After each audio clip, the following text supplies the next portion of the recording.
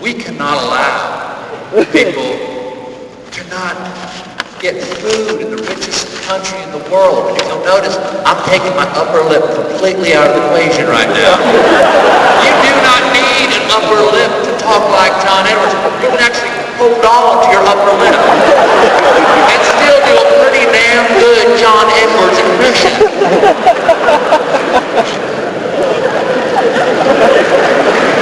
Thank you very much. Thank you.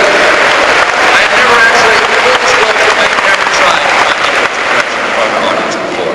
That'll be for the next Peabody. But now, here we are. We're down to these two. This is it for the Democrats. Hillary Clinton, Barack Obama. Just give me a quick indication. Who here would like to see Hillary Clinton president of the United States? Who here would like to see Barack Obama president of the United States?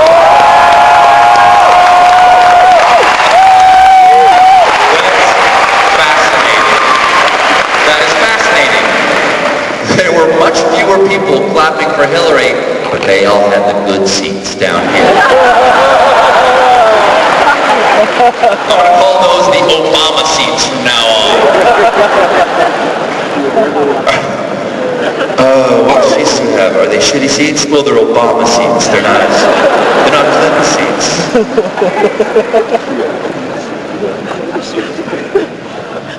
Really? Barack Obama. Barack Obama one more time. How many Barack Obamas do we have?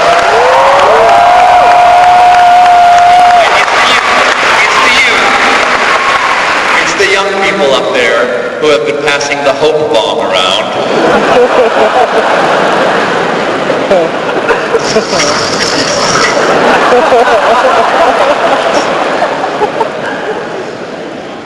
Change. We need change. We need to change this bone water.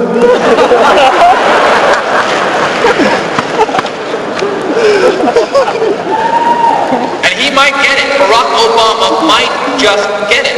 Hillary is tenacious. She won't give up for any reason. But Barack Obama is leading across the board. It's going to be very hard to take it away from him at this point.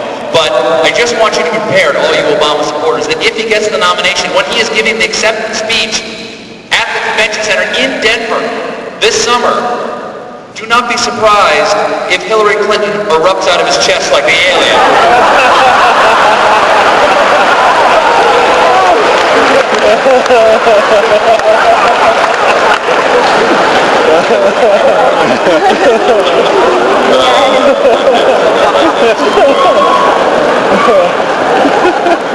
Of course, there was one other candidate that I haven't mentioned, cut down in the prime of his campaign. Obviously, I'm talking about me.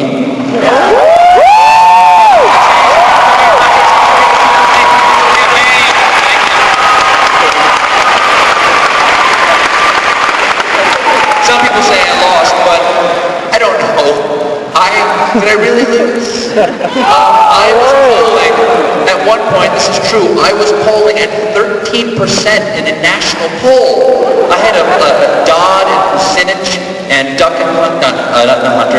Kucinich and Richardson, and I was being sponsored by a nacho cheese tortilla chip. I'd say I kind of won. There's no downside to that, other than the fact that I've only recently stopped producing bright orange waste.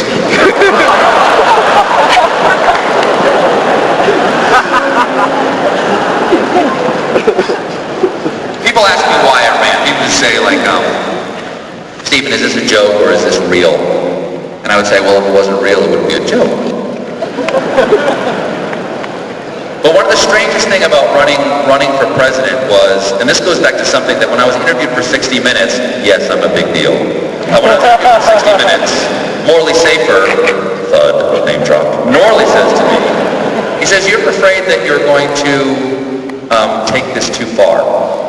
And I said, well, I think the only way I'll ever truly do this character well is if I start believing my own line of crap. Because you got to believe O'Reilly believes what he's saying. Or you couldn't talk that fast and that loud. But when I was denied the right to run for president, for just a minute, I got to say, I was truly sad that I had been denied, because I had to convince myself that I had a reason that I wanted to run, that my character really wanted to run, because I had to press the flesh, I had to talk to other politicians, I had to talk to fundraisers, I had to go to meetings, I had to go to cocktail parties, and you have to sustain yourself through that, especially in character. And so people would say, well, what is it? Why did your character want to run? Why would you want to run? Why would any presidential candidate want to run now to be the next president? To follow, of all people, George W. Bush. Which brings us to tonight's word.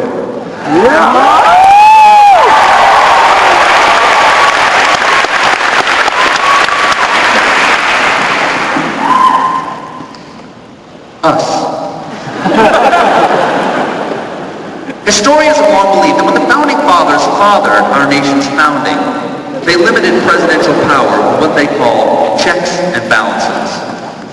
The theory was that if you had three branches of government competing, they'd be too busy fighting amongst themselves to oppress the people. Under that system, it didn't matter who had the most power as long as they were a land-holding white Christian male.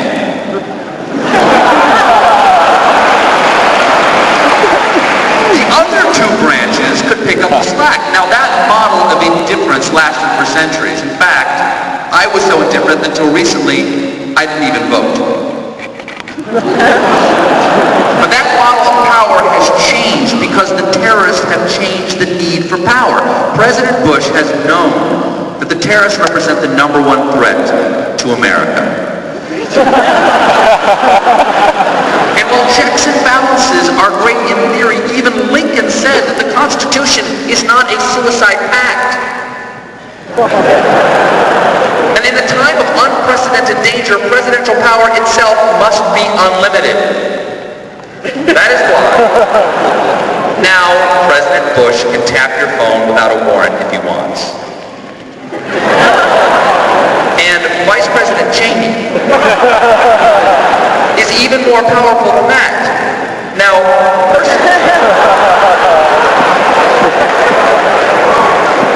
personally, I support the current administration having limitless power, but President Bush's term is almost over. I'm sorry, I can't go on.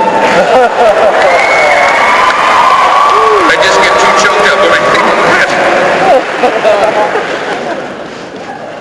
And when I thought about running for president, I think every candidate has to be asking themselves the same thing.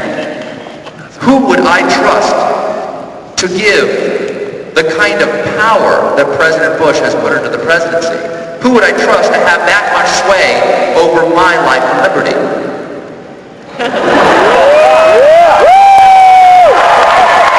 I'm sure you're thinking, sure, Stephen, you and the other candidates trust yourselves, but why should I trust you? Well, because we're trustworthy guys. We're the sort you'd want to have a beer with, right? In fact, I'm a guy you could have 16 beers with. You could pass out and I'd never write on your face with a Sharpie and post the pictures on Flickr. Scouts on. You can trust me because I am you. I'm just an average Joe. And since I am just like all of you, the only person I could ever trust with all that power over me is myself. And since I know you're like me, I know you would want to be able to do everything in my power to keep us safe.